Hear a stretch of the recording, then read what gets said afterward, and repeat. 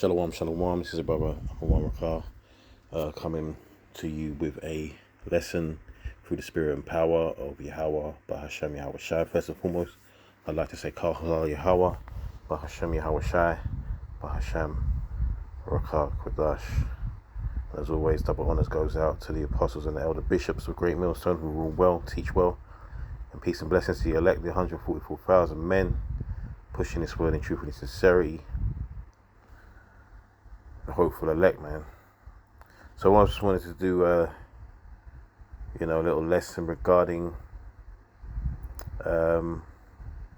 revenge, man, because there's a lot of talk about, or vengeance, I use the word vengeance, there's a lot of talk about reparations. We got our people all over the globe fighting this endless fight that they'll never win, in regards to getting reparations from Esau, man. And you know what, before I actually continue, let me just pull up that word in the Etom. Alright,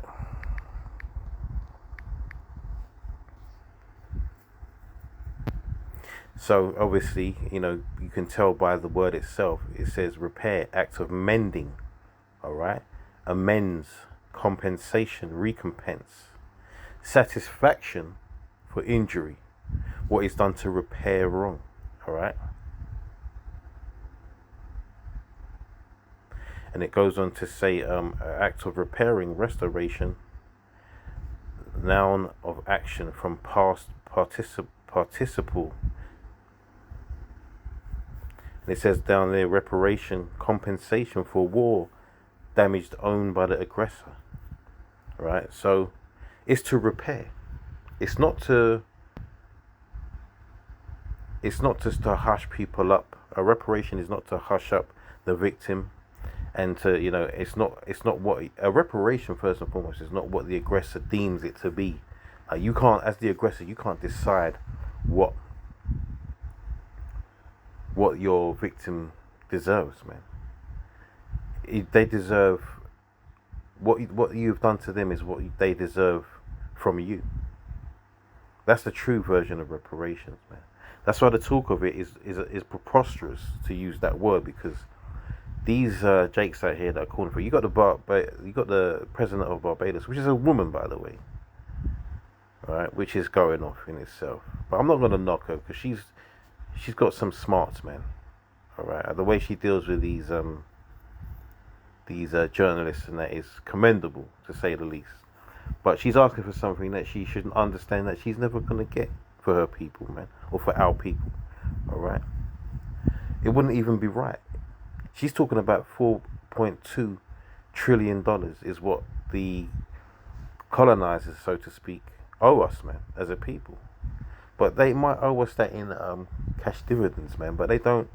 They owe more than that. They owe us blood, man. We owe them captivity, pain, anguish. It's blood for blood, man. Right? We owe them all of that. It wouldn't be fair justice for them to just be able to pay. It's like, imagine someone murders a member of your family, and the judge says, "Yeah, just give them some money, man. That'll solve everything." Money doesn't solve everything like that, man. Because at the end of the day, they still did what they did, and they've gotten away with it. Them paying us that money, and we said this yesterday, man, and it was beautiful. The brother, my brother Ahab, said this, man. He said that money that they give us, if they gave it to us, would go straight back to them anyway, man. Because we're still at the bottom of the food chain, so all the money will go back to the people above us, man. As it says in those around about us that will be above us, man. So all that money would go back into the hands of the heathens, and especially the hands of Esau, man. Only when we're in power will the wealth and the riches belong to us. So what's the point? We want. It's not about money, man. It's about justice. All right. Let me read this. I've got a few scriptures I'm going to try and bring out. So let's start with Isaiah 14. It says, Isaiah 14:1 says, "For the Lord will have mercy on Jacob, and will yet choose Israel, and set them in their own land. And the strangers shall be joined with them. Right? Them strangers are the outsiders of Israel, the heathens, man. Those that are, the Gentiles of our people, man. And it says, and they shall cleave to the house of Jacob, right? And the people shall take them and bring them to their place, and the house of Israel shall possess them in the land of the Lord for servants and handmaids. And they shall take them captives, whose captives they were, and they shall rule over their oppressors. So all the people that have done us dirty, right, especially the Edomites, they're first and foremost on that list, man. But all the other heathens that are a part, you just reference Psalms 83, man. And I always bring up Psalms 83 because it tells you that we're by ourselves. We have the Lord, man. I was going to say we only have the Lord, but that's a ridiculous statement, man. We have the ultimate power, right? So it's just a shame that the rest of our people don't understand this, that the Lord is real. Yahweh Shem Yahshua is real, and He's behind us, man. He has our back, right? It says, and they shall take them captives, whose captives they were, and they shall rule over their oppressors. So that's righteous justice, man. We have to do unto them what they did unto us, otherwise it's not fair. We have to build up our kingdom, our everlasting kingdom, by the way, right? Off the backs of them, just like they did to us. They're living deliciously now, man. Like these top elites, they've built empires, kingdoms off of our back. Free labor, man. 100% profit. That's not a thing in the world, and that's not normal. All right. It says, and it shall come to pass in the day that the Lord shall give thee rest from thy sorrow, and from thy fear, and from the hard bondage wherein thou wast made to serve. Right.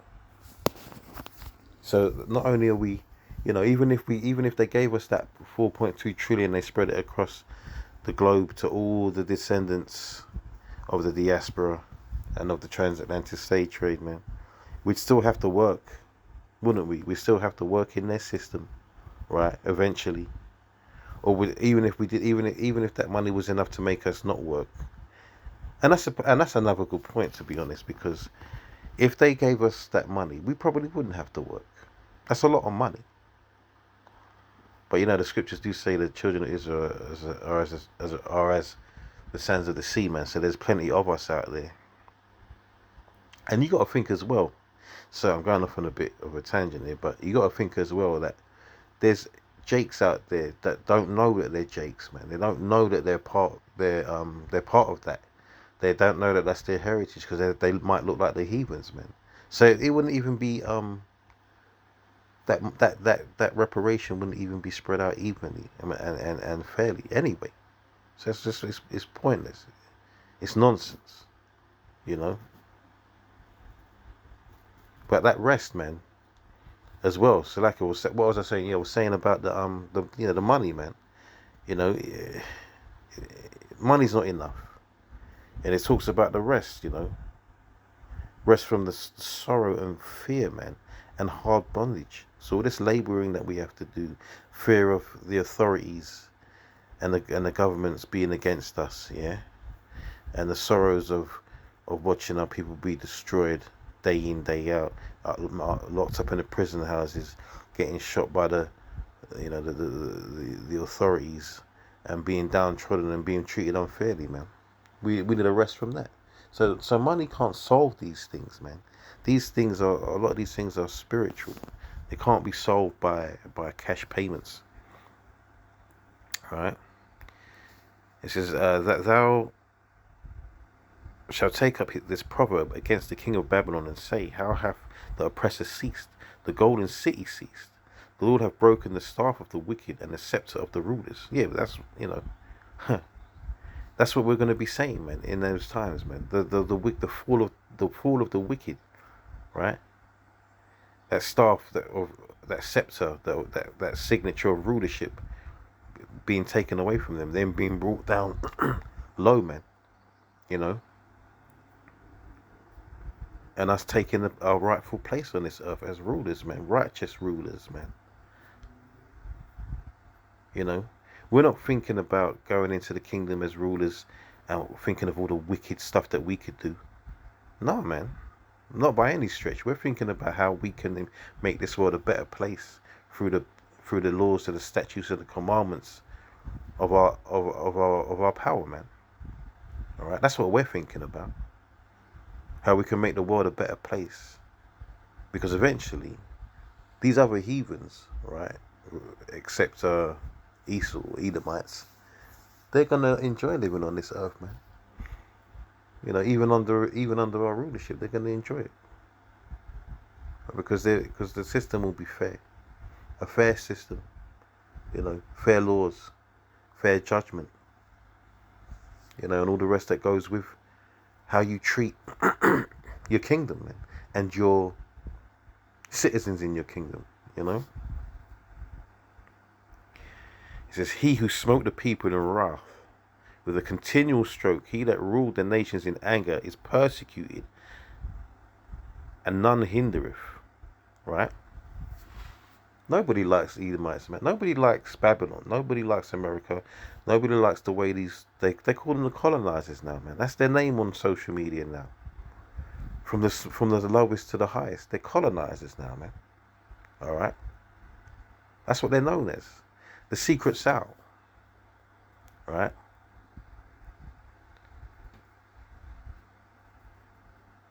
It says, "He that ruled the nations in anger is persecuted, and none hinder." If no one's going to stop this from happening, you think once Yahushua comes back and mashes up this place, and we gather up all these heathens, you think they're gonna be caping for Esau, the remnants of Esau, when we're dealing with them?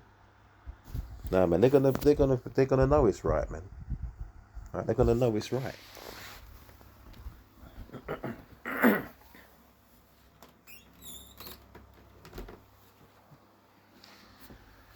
It goes on to say, verse 7 says, "The whole earth is at rest and is quiet. They break forth into singing."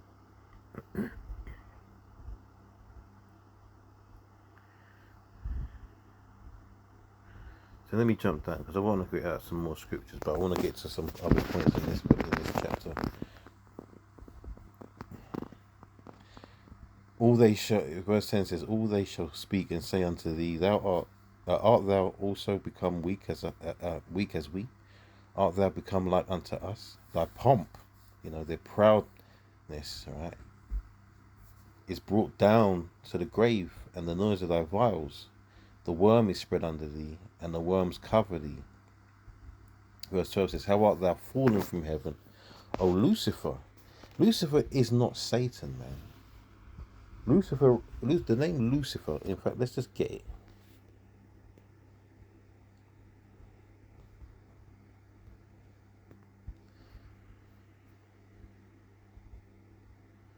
Strong's H 1966. Haleo. And that name Lucifer means light bearer, shining one, morning star, the king of Babylon, but not Satan. That's wrong. That's going off. Satan is an agent of the Most High, an angel on the left-hand side. Lucifer is in regards to the rulership, the wicked rulership. That's why it says the light bearers, man. That's why people of this earth, and we have sometimes called them the Illuminati, the illuminated ones, the ones that bear the light, the ones that have that secret, what is known as esoteric knowledge, that secret hidden knowledge, man. So that, that's just an example there of the blue letter going off. But if you have if you know, man. That's what we're here for, to teach these things. All right, so yeah, Lucifer and Satan are two different entities, man. That's why on a side note, the Christians talk about how they say Lucifer, aka Satan, fell from heaven after a battle with in heaven, which is all just bull. All right, it's talking about the fall of Babylon, the fall of the wicked, the fall of the Illuminati, the fall of the enlightened ones, the light bearers. That's what that's talking about. Let's get back into it. It says, how art thou fallen from heaven, O Lucifer, son of the morning? How art thou cut down to the ground, which did weaken the nations? For thou hast said in thine heart, I will ascend into heaven, I will exalt my throne above the stars of the Most High. I will sit also upon the mount of the congregation in the sides of the north. The sides of the north, that represents Babylon. That's America, man. I will ascend above the heights of the clouds. I will be like the Most High. Now, Satan hasn't done that. Satan hasn't done that. It's these Edomites that are doing that, professing that they know everything. They know how the earth was formed and how we came to be. They don't know jack. He says, I will ascend above the heights of the clouds. I will be like the Most High. Yet thou shalt be brought down to hell, the grave. That means, let's see what the blue letter is saying for that. Might as well.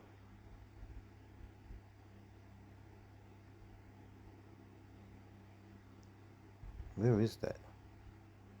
Oh, yeah, it's like Strong's H 7585. Sheol, Sheol. And second entry, Sheol, Sheol. So it says underworld, grave, hell, pit, but really it just means the grave, man. All right. You know, that comes from Greek mythology, with that hell business and the underworld business, you know.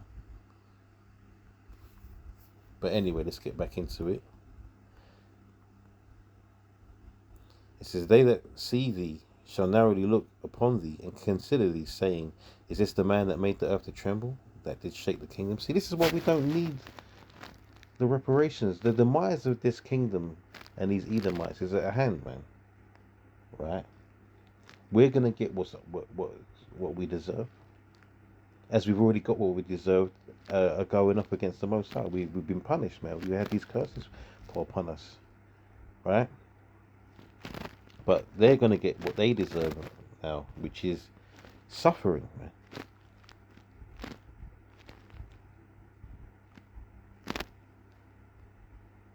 Yeah, they won't believe, and it says, is this the man that made the earth to tremble, that did shake kingdoms? They're not gonna believe it once you get taken down a peg. They're not gonna believe that you was ever in charge, man. Because you're gonna be made so small. And I'm talking to the Edom, these top elites, man.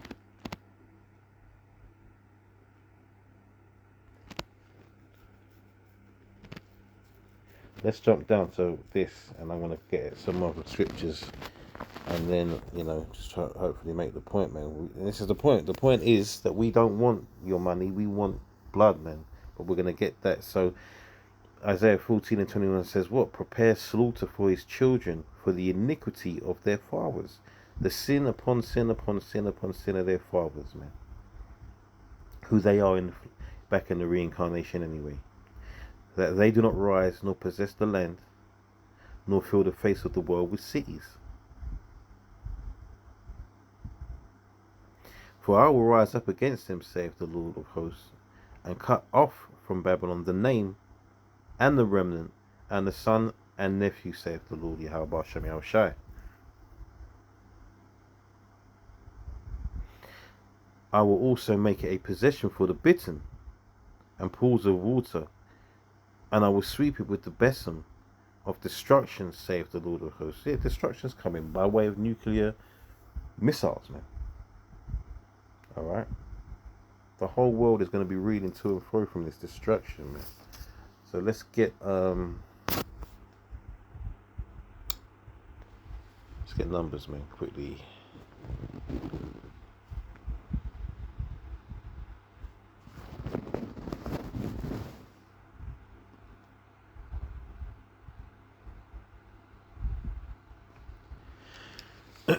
Numbers 35 and 33 says, so ye shall not pollute the land. This is basically a law, man. Right? So ye shall not pollute the land wherein ye are, for blood it defileth the land cannot be cleansed of the blood that is shed therein, but by the blood of him that shed it. So the only way to cleanse, and that's telling you also, because the earth has been defiled under the inhabitants thereof, man. So the only way to cleanse the earth from the stain of the wicked is to shed their blood, man. That's what we're saying. That's why this is so controversial to the world, man. And that's why they're trying to shut us down. We're talking about bringing these people down with violence, man. All right, that's why they want to start talking about calling us, terrorist groups, man, and all of that stuff to try and shut down this word, man. That famine, but it's facts. Isn't that what they believe in? They believe in blood for blood, man. If a country was to touch that soil in an act of war, well, look what happened. Well, look, you can say it happened. Look what happened when the whole 9/11 debacle. What do? They use that as an excuse, man, to go raiding other countries, man. Right? You know, occupying other nations for years, mashing up the land. So, they've done it in Afghanistan, Iraq, Libya, and many places all over the earth, man.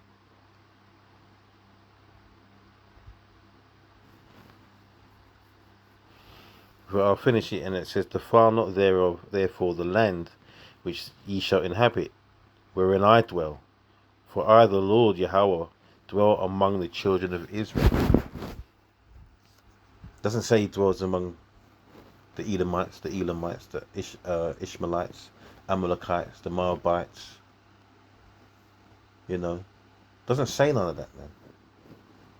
Dwells among Israel, man.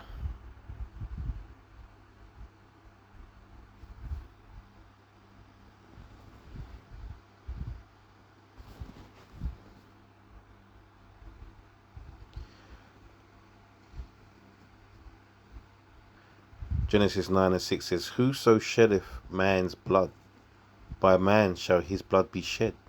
For in the image of the Most High made he man." So that in itself tells you that you can't just get away with this. You can't just be riding off into the sunset, man. All right? You have to pay. You have to. It's the only way. It's the only way to make it right.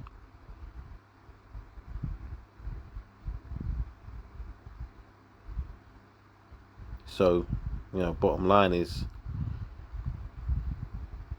some bad things are coming. Let's get this one quick. Some bad things are coming for you, Esau, for what you did, man. We can't wait.